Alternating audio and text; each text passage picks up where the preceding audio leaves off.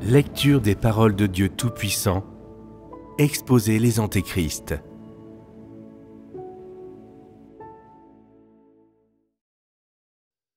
Annexe 3. Comment Noé et Abraham ont écouté les paroles de Dieu et se sont soumis à lui. Partie 2.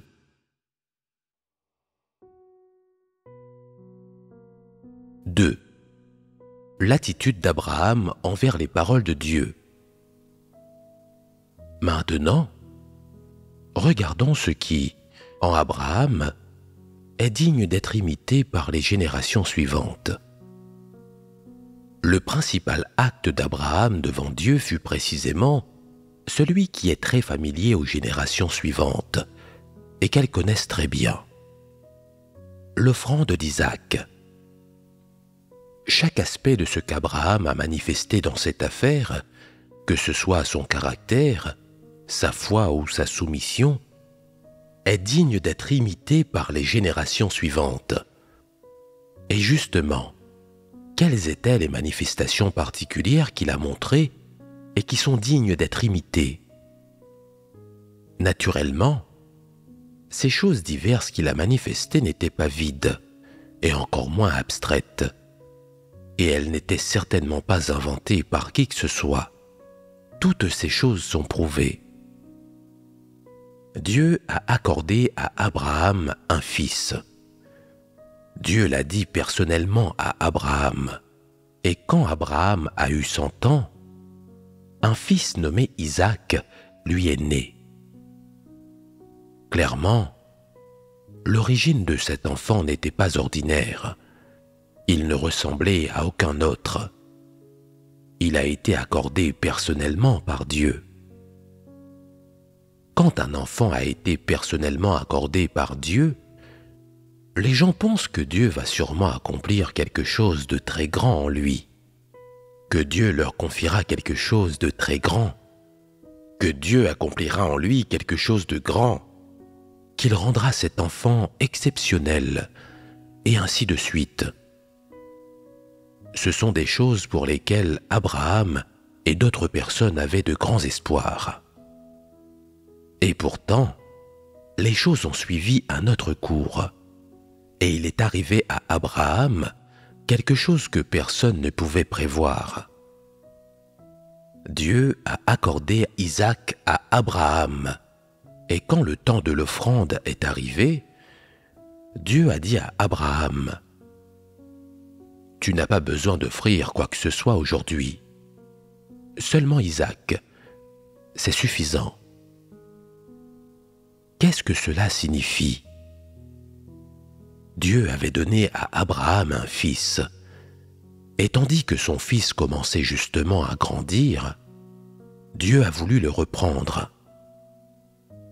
Le point de vue des autres gens sur cela serait: « C'est toi qui as donné Isaac. » Je ne pouvais pas le croire.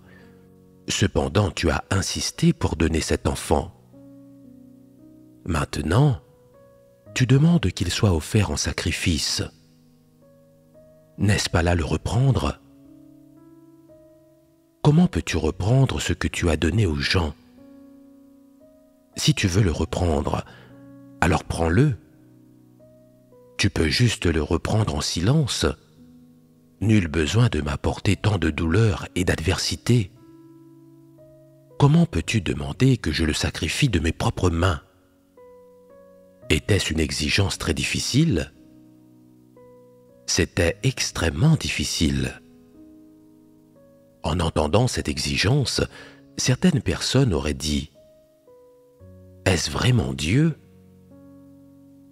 Agir de cette façon est vraiment déraisonnable. C'est toi qui as donné Isaac, et maintenant tu demandes qu'on te le rende. Es-tu toujours réellement dans ton droit? Tout ce que tu fais est-il toujours correct? Pas nécessairement. La vie des gens est entre tes mains. Tu as dit que tu me donnerais un fils, et c'est exactement ce que tu as fait. Tu as cette autorité, tout comme tu as l'autorité de le reprendre, mais la façon dont tu le reprends et cette affaire ne sont-elles pas quelque peu injustifiées? Tu as donné cet enfant, alors tu devrais lui permettre de grandir, de faire de grandes choses et de contempler tes bénédictions. Comment peux-tu demander qu'il meure? Plutôt que d'ordonner sa mort, tu pourrais aussi bien ne pas me l'avoir donné. Pourquoi me l'as-tu donné alors? Tu m'as donné Isaac, et maintenant, tu me dis de te l'offrir. N'es-tu pas en train de m'apporter une peine supplémentaire? Ne me rends-tu pas les choses difficiles? Pourquoi alors m'as-tu donné ce fils au départ? Ils ont beau essayer, ils ne peuvent pas donner du sens à la logique derrière cette exigence. Quelle que soit la façon dont ils l'expriment, cela leur semble intenable et personne n'est capable de le comprendre. Mais Dieu a-t-il expliqué à Abraham le raisonnement derrière cela? Lui en a-t-il donné les raisons et lui a-t-il expliqué quelles étaient ses intentions? L'a-t-il fait? Non. Dieu a seulement dit, pendant le sacrifice de demain, offre Isaac, et c'est tout. Dieu a-t-il fourni une explication? Non. Alors quelle était la nature de ces paroles? En termes d'identité de Dieu, ces paroles étaient un ordre, un de ceux qui doivent être exécutés, auxquels on doit obéir et se soumettre. Mais du point de vue de ce que Dieu a dit et de la chose elle-même, n'aurait-il pas été difficile pour les personnes de faire ce qu'elles devaient faire? Les gens pensent que les choses qui devraient être faites doivent être raisonnables et en accord avec les sentiments humains et les sensibilités humaines universelles. Mais est-ce que tout cela s'applique à ce que Dieu a dit? Non. Alors Dieu devrait-il donner une explication et exprimer ses pensées et son avis, ou révéler même une petite part de ce qu'il sous-entend dans ses paroles pour que les gens puissent comprendre? Dieu a-t-il fait quoi que ce soit de ce genre? Il ne l'a pas fait, et il n'en avait pas non plus l'intention. Ces paroles comportaient ce que demandait le Créateur, ce qu'il ordonnait et ce qu'il attendait de l'homme. Ces paroles très simples, ces paroles déraisonnables, cet ordre et cette exigence qui manquaient de considération pour les sentiments des gens, seraient simplement vus comme difficiles, ardus et déraisonnables par les autres, par toute personne qui assisterait à cette scène. Mais après avoir entendu ceci, Abraham, qui était réellement impliqué, en éprouva tout d'abord une peine à déchirer le cœur. Il avait reçu cet enfant accordé par Dieu. Il avait passé toutes ces années à l'élever et avait profité de toutes ces années de joie familiale.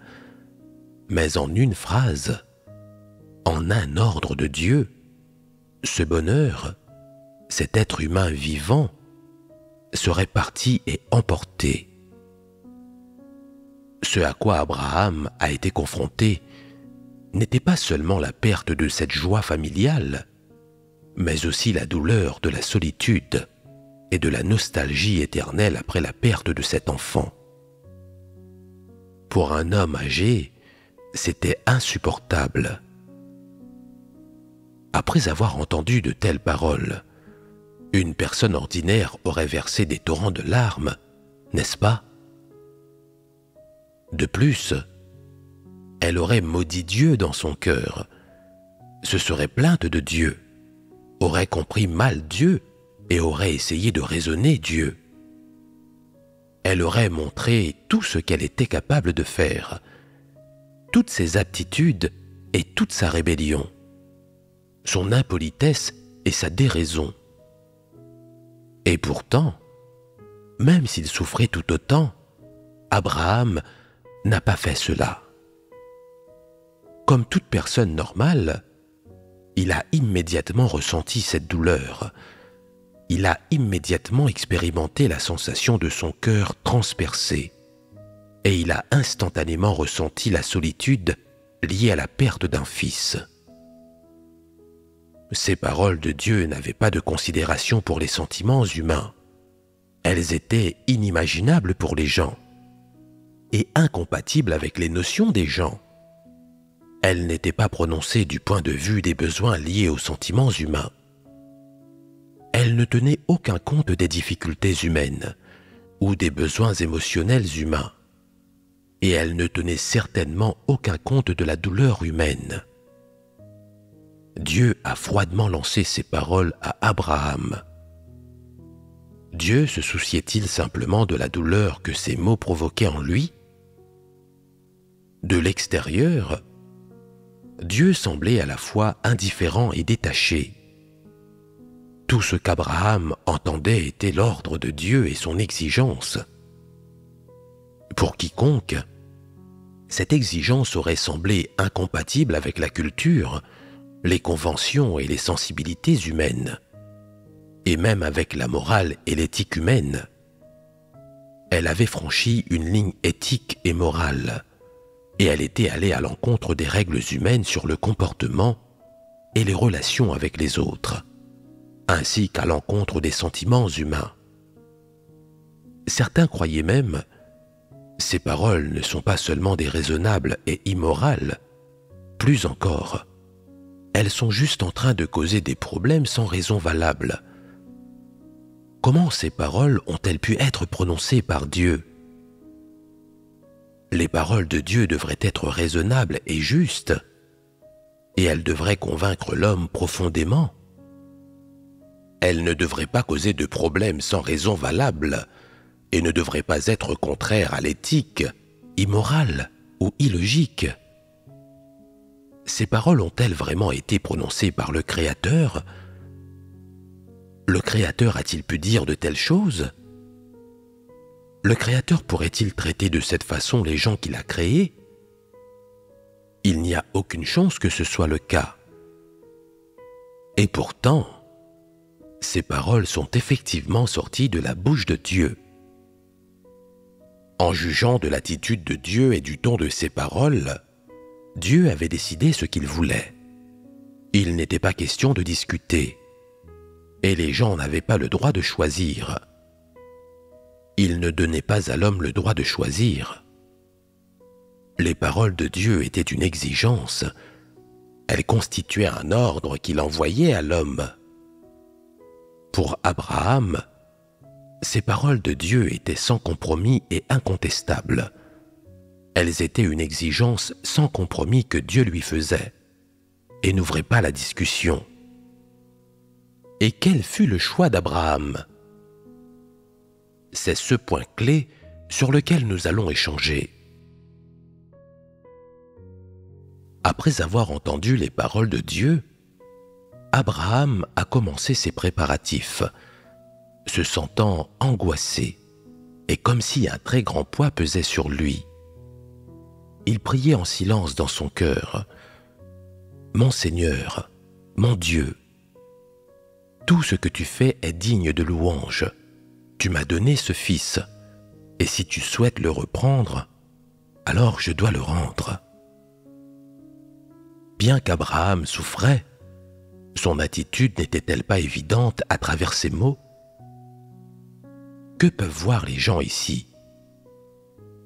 Ils peuvent voir la faiblesse de l'humanité normale, les besoins émotionnels de l'humanité normale, tout autant que le côté rationnel d'Abraham, et ce qui en lui a une vraie foi et une vraie soumission à Dieu. Quel était son côté rationnel?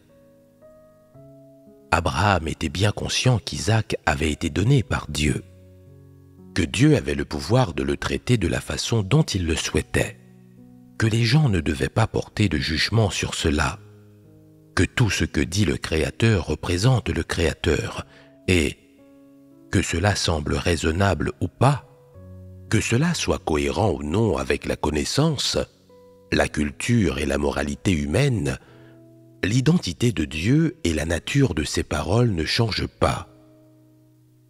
Il savait clairement que si les gens ne peuvent pas comprendre, saisir ou concevoir les paroles de Dieu, alors c'est leur problème, qu'il n'y a aucune raison pour que Dieu ait à s'expliquer ou à clarifier ses mots, et que les gens ne devraient pas seulement se soumettre quand ils comprennent les paroles et les intentions de Dieu, mais qu'ils devraient avoir une seule attitude envers les paroles de Dieu, indépendamment des circonstances, écouter, puis accepter, puis se soumettre. Cela a été l'attitude clairement perceptible d'Abraham envers tout ce que Dieu lui a demandé de faire, et en cela sont contenues la rationalité de l'humanité normale autant que la vraie foi et la vraie soumission. Qu'est-ce que, par-dessus tout, Abraham avait besoin de faire? Ne pas analyser le vrai et le faux des paroles de Dieu, ne pas examiner si elles étaient prononcées par jeu, pour le tester ou autre. Abraham n'a pas examiné de telles choses. Quelle fut son attitude immédiate envers les paroles de Dieu? Il a eu une attitude reflétant le fait que les paroles de Dieu ne peuvent pas être raisonnées avec logique.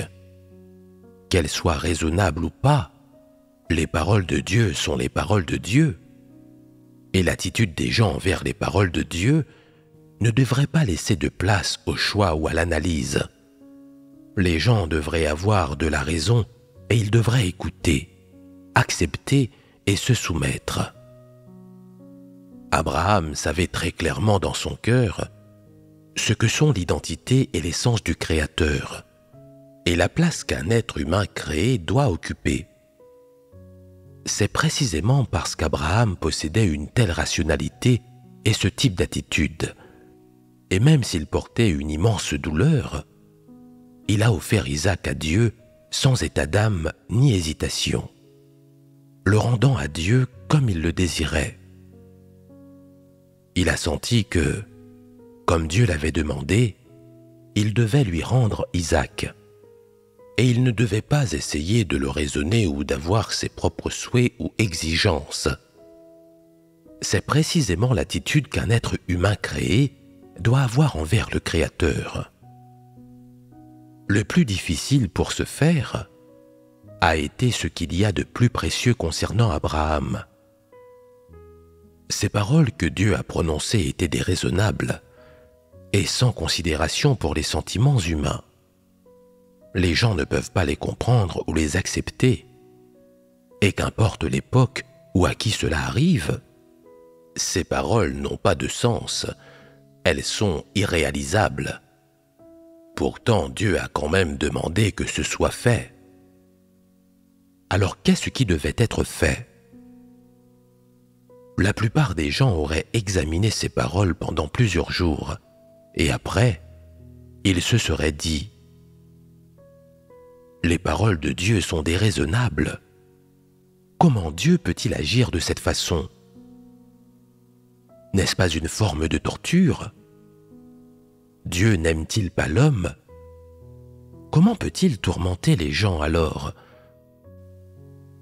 Je ne crois pas en un Dieu qui tourmente ainsi les gens, et je peux choisir de ne pas me soumettre à ses paroles.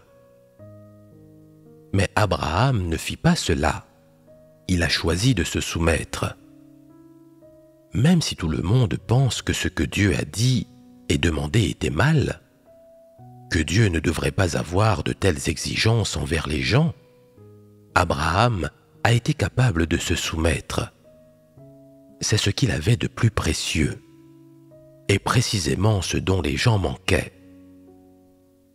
C'est la vraie soumission d'Abraham.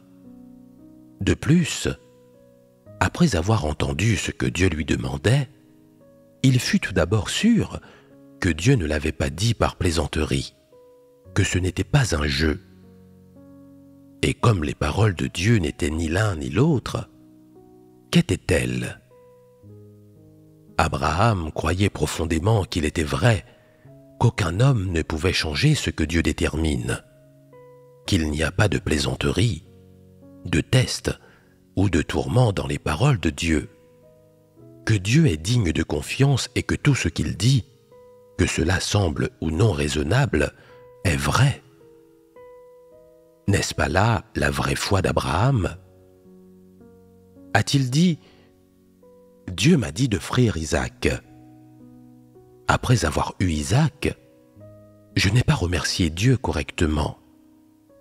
Est-ce ainsi que Dieu demande ma gratitude? Alors je dois lui montrer mes remerciements de façon appropriée. Je dois montrer que je veux offrir Isaac, que je veux remercier Dieu, que je sais et que je me souviens de la grâce de Dieu et que je ne vais pas causer de soucis à Dieu. Sans aucun doute, Dieu a prononcé ces paroles pour m'examiner et me tester, alors je devrais le faire sans réfléchir. Je vais faire tous les préparatifs, et puis j'amènerai un mouton avec Isaac. Et si au moment du sacrifice, Dieu ne dit rien, j'offrirai le mouton. C'est assez pour seulement agir sans plus réfléchir. Si Dieu me demande vraiment d'offrir Isaac, alors je devrais simplement le conduire sur l'autel, de façon symbolique. Quand le temps sera venu, Dieu pourrait encore me permettre d'offrir le mouton et pas mon enfant. Abraham pensait-il cela? S'il avait pensé cela, il n'y aurait pas eu d'angoisse dans son cœur. S'il avait pensé de telles choses, quelle intégrité aurait été la sienne? Aurait-il eu la vraie foi? Aurait-il eu la vraie soumission? Non, il ne les aurait pas eus. À en juger par la douleur ressentie par Abraham et suscitée par le sacrifice d'Isaac, il est clair qu'il croyait absolument en la parole de Dieu, qu'il croyait en chaque mot que Dieu a dit, qu'il comprenait tout ce que Dieu disait de la façon exacte, dont Dieu l'entendait du plus profond de son cœur. Il n'avait aucun soupçon envers Dieu. Ceci est-il ou n'est-il pas la vraie foi? Abraham avait la vraie foi en Dieu, et ceci illustre le fait qu'Abraham était une personne honnête. Sa seule attitude envers les paroles de Dieu était une attitude d'obéissance, d'acceptation et de soumission. Il obéirait quoi que Dieu dise. Si Dieu venait à dire que quelque chose est noir, même si Abraham ne pouvait pas le voir comme tel, il croirait que ce que Dieu disait est vrai, et il serait convaincu que c'est noir.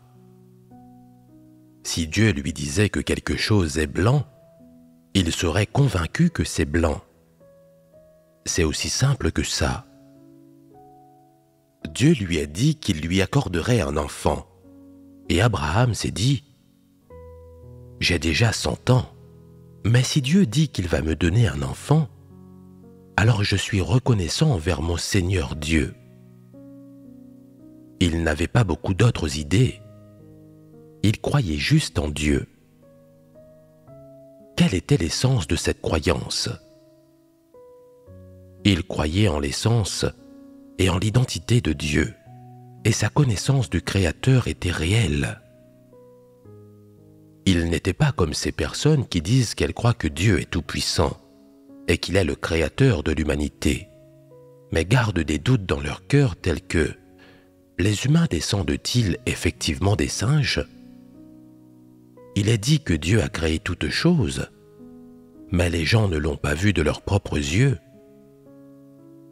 Peu importe ce que Dieu dit, ces gens sont toujours à mi-chemin entre la croyance et le doute, et ils comptent sur ce qu'ils voient pour déterminer si les choses sont vraies ou fausses. Ils doutent de tout ce qu'ils ne peuvent pas voir de leurs yeux. Par conséquent, quel que soit le moment où ils entendent Dieu parler, ils placent des points d'interrogation derrière ses paroles. Ils examinent et analysent prudemment, avec diligence et précautionneusement chaque fait, chaque élément et ordre que Dieu présente. Ils pensent que, dans leur croyance en Dieu, ils doivent examiner les paroles de Dieu et la vérité avec une attitude de chercheur scientifique pour voir si ces paroles sont réellement la vérité. Sinon, ils risquent d'être arnaqués et dupés. Mais Abraham n'était pas comme ça. Il a écouté les mots de Dieu avec un cœur pur. Cependant, à cette occasion, Dieu a demandé à Abraham de sacrifier son fils unique, Isaac. Abraham en souffrait, mais il a quand même choisi de se soumettre. Abraham croyait que les paroles de Dieu étaient immuables et que les paroles de Dieu deviendraient réalité. Les humains créés doivent accepter et se soumettre sans arrière-pensée à la parole de Dieu et face à la parole de Dieu. Et les humains créés n'ont aucun droit de choisir, et encore moins d'analyser ou d'examiner la parole de Dieu. C'est l'attitude qu'Abraham a tenue envers les paroles de Dieu. Même si Abraham souffrait beaucoup, et même si son amour pour son fils et sa réticence à y renoncer lui causaient un stress et une douleur extrême, il a encore choisi de rendre son enfant à Dieu. Pourquoi allait-il rendre Isaac à Dieu? Quand Dieu ne lui demandait pas de le faire, il n'avait aucun besoin de prendre l'initiative de rendre son fils. Mais comme Dieu l'avait demandé, il devait rendre son fils à Dieu. Il n'y avait aucune excuse à donner, et il ne devait pas essayer de raisonner avec Dieu. Abraham a eu cette attitude. Il s'est soumis à Dieu avec un cœur pur de ce type. C'était exactement ce que Dieu voulait, et c'était ce que Dieu souhaitait voir. Le comportement d'Abraham et ce qu'il a réalisé avec l'affaire du sacrifice d'Isaac était exactement ce que Dieu voulait voir, et cette affaire était un test et un contrôle d'Abraham par Dieu. Et pourtant, Dieu n'a pas traité Abraham comme il a traité Noé. Il n'a pas donné à Abraham les raisons derrière cette affaire, ni expliqué le processus ou rien à ce propos. Abraham savait seulement une chose, c'était que Dieu lui avait demandé de rendre Isaac. C'était tout. Il ne savait pas qu'en faisant cela, Dieu le testait. Il n'était pas non plus conscient de ce que Dieu souhaitait accomplir en lui et en ses descendants après l'avoir soumis à ce test. Dieu n'a rien dit de tout cela à Abraham. Il lui a juste donné un simple ordre, une requête. Et même si ces paroles étaient très simples et sans considération pour les sentiments humains, Abraham a été à la hauteur des attentes de Dieu, en faisant comme Dieu le désirait et le demandait. Il a offert Isaac en sacrifice sur l'autel. Chacun de ces actes a montré que le fait d'offrir Isaac ne signifiait pas qu'il faisait les choses sans réfléchir, qu'il les faisait de façon superficielle, mais qu'il était sincère et le faisait du plus profond de son cœur. Même s'il ne pouvait pas supporter d'abandonner Isaac, même si cela le faisait souffrir, quand il a été confronté à ce que lui demandait le Créateur, Abraham a choisi la méthode qu'aucune autre personne n'aurait choisie. Une soumission absolue à ce que demandait le Créateur. Une soumission sans compromis, sans excuse et sans aucune condition. Il a agi juste comme Dieu le lui demandait. Et qu'est-ce qu'Abraham possédait qui lui permit de faire ce que Dieu demandait? D'une part, il y avait en lui la vraie foi en Dieu. Il était sûr que le Créateur était Dieu, son Seigneur, le seul qui était souverain de toutes choses et qui avait créé l'humanité. C'était la vraie foi. D'autre part, il avait un cœur pur. Il croyait chaque mot prononcé par le Créateur, et il était capable de simplement et directement accepter chaque mot prononcé par lui. Et pourtant, d'autre part, peu importe combien ce que le Créateur demandait était difficile, la souffrance que cela lui apporterait, l'attitude qu'il a choisie était la soumission. Pas d'essayer de raisonner avec Dieu, de résister ou de refuser, mais une complète et entière soumission, en agissant et en pratiquant en accord avec ce que Dieu demandait, conformément à chacun de ses mots et l'ordre qu'il avait émis. Juste comme Dieu le demandait et souhaitait le voir, Abraham a offert Isaac en sacrifice sur l'autel. Il l'a offert à Dieu. Et tout ce qu'il a fait a prouvé que Dieu avait choisi la bonne personne et qu'aux yeux de Dieu, il était juste. Quel aspect du tempérament et de l'essence du Créateur a été révélé quand Dieu a demandé à Abraham d'offrir Isaac? Que Dieu traite ceux qui sont justes, ceux qui sont reconnus par lui, comme entièrement conformes aux normes qu'il exige, ce qui est complètement en accord avec son tempérament et son essence. Il ne peut y avoir de compromis dans ces normes. Celles-ci ne peuvent pas être plus ou moins satisfaites. Ces normes doivent être précisément atteintes. Il n'était pas suffisant pour Dieu de voir les actions justes qu'Abraham effectuait dans sa vie quotidienne. Dieu devait encore observer la vraie soumission d'Abraham envers lui. Et c'est pour cela que Dieu a fait ce qu'il a fait. Pourquoi Dieu souhaitait-il voir la vraie soumission en Abraham? Pourquoi a-t-il soumis Abraham à ce test final? Parce que, comme nous le savons tous, Dieu souhaitait qu'Abraham soit le père de toutes les nations. Est-ce que le titre de père de toutes les nations peut être supporté par une personne ordinaire? Non. Dieu exige les mêmes normes de tout ce qu'il veut et rend parfait, et de ce qu'il voit comme juste.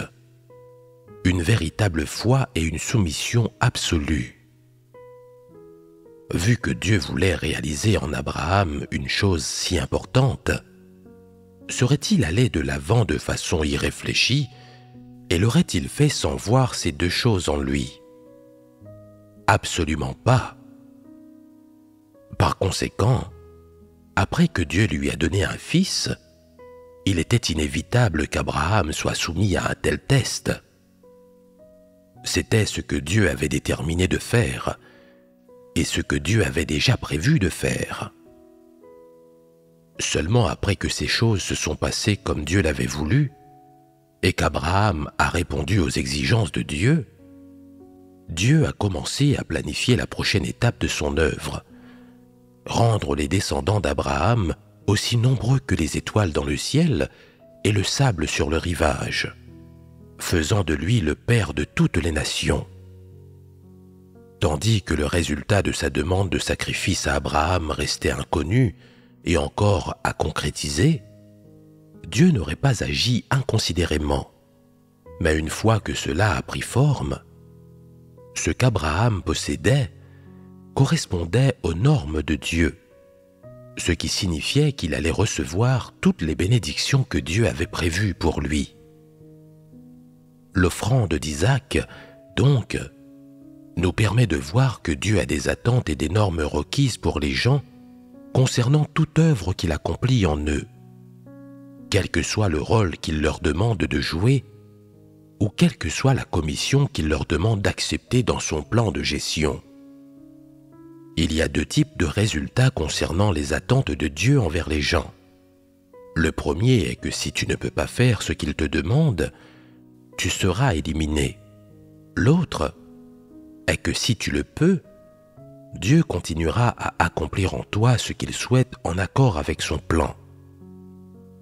La vraie foi et l'absolue soumission que Dieu exige des humains ne sont, en réalité, pas si difficiles à atteindre pour les gens. Mais qu'elles soient faciles ou difficiles, ces deux choses, pour Dieu, doivent être trouvées en chacun.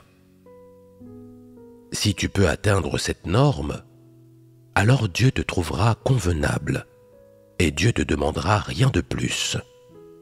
Si tu ne le peux pas, alors c'est différent. Le fait que Dieu ait demandé à Abraham d'offrir son fils montre qu'il ne sentait pas qu'Abraham, qui, jusqu'ici, possédait un cœur craignant Dieu et la vraie foi en lui, était tout ce dont il avait besoin, que tout ceci était plus ou moins suffisant. Ce n'était absolument pas la façon dont Dieu l'a exigé. Il a eu des exigences à sa façon, et en accord avec ce que les gens sont capables de réaliser, et cela est non négociable. N'est-ce pas la sainteté de Dieu? Telle est la sainteté de Dieu.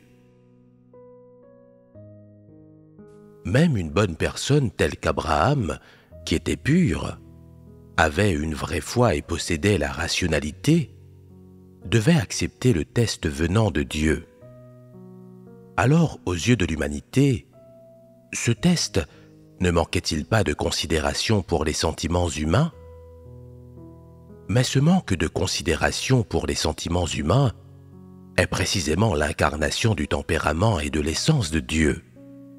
Et Abraham passa ce type de test. Avec ce test, Abraham a montré à Dieu sa foi et sa soumission irréprochable au Créateur. Abraham a réussi le test. En temps normal, Abraham ne faisait jamais l'expérience de vicissitudes, mais après que Dieu l'a testé de cette façon, il a été prouvé que sa foi et sa soumission habituelle étaient réelles. Ce n'était pas extérieur, ce n'était pas un slogan. Qu'Abraham soit encore capable de soumission sans compromis dans de telles circonstances, après que Dieu a prononcé de telles paroles et exigé de lui de telles choses, signifiait certainement quelque chose. Dans le cœur d'Abraham, Dieu était Dieu et serait toujours Dieu. L'identité et l'essence de Dieu étaient immuables, quels que soient les facteurs variables. Dans son cœur, les humains seraient pour toujours des humains et n'avaient pas le droit de contester, d'essayer de raisonner ou de rivaliser avec le Créateur, pas plus qu'ils n'avaient le droit d'analyser les paroles prononcées par le Créateur. Abraham croyait que quand il s'agissait des paroles du Créateur, ou de quoi que ce soit demandé par le Créateur, les gens n'avaient pas le droit de choisir. La seule chose qu'ils étaient censés faire était de se soumettre. L'attitude d'Abraham en disait long. Il avait une vraie foi en Dieu, et dans cette vraie foi était née une vraie soumission. Et donc, qu'importe ce que Dieu lui avait fait ou lui avait demandé, ou quelle que soit l'action réalisée par Dieu, si c'était quelque chose qu'Abraham avait vu, entendu ou personnellement expérimenté, rien de tout cela ne pouvait affecter sa vraie foi en Dieu, et cela pouvait encore moins affecter son attitude de soumission envers Dieu. Quand le Créateur disait quelque chose qui manquait de considération pour les sentiments humains, quelque chose qui constituait une exigence injustifiée à l'homme, peu importe combien de personnes s'offusquaient de ces paroles, y résistaient, les analysaient et les examinaient, ou même les méprisaient, l'attitude d'Abraham est restée inchangée malgré le contexte du monde extérieur. Sa foi et sa soumission à Dieu ne changèrent pas, et il n'y eut simplement pas un mot, ni de formalités qui sortirent de sa bouche. Au lieu de cela, il a utilisé les faits pour prouver que le Dieu auquel il croyait était le Créateur, que le Dieu auquel il croyait était le Dieu du ciel. Que voyons-nous dans tout ce qui se manifestait en Abraham? Voyons-nous ses doutes à propos de Dieu? Avait-il des doutes? Examinait-il les paroles de Dieu? Les analysait-il? Il ne le faisait pas. Certaines personnes disent: s'il n'examinait ou n'analysait pas les paroles de Dieu, d'où venait le désarroi qu'il éprouvait? Ne l'autorises-tu pas à ressentir du désarroi?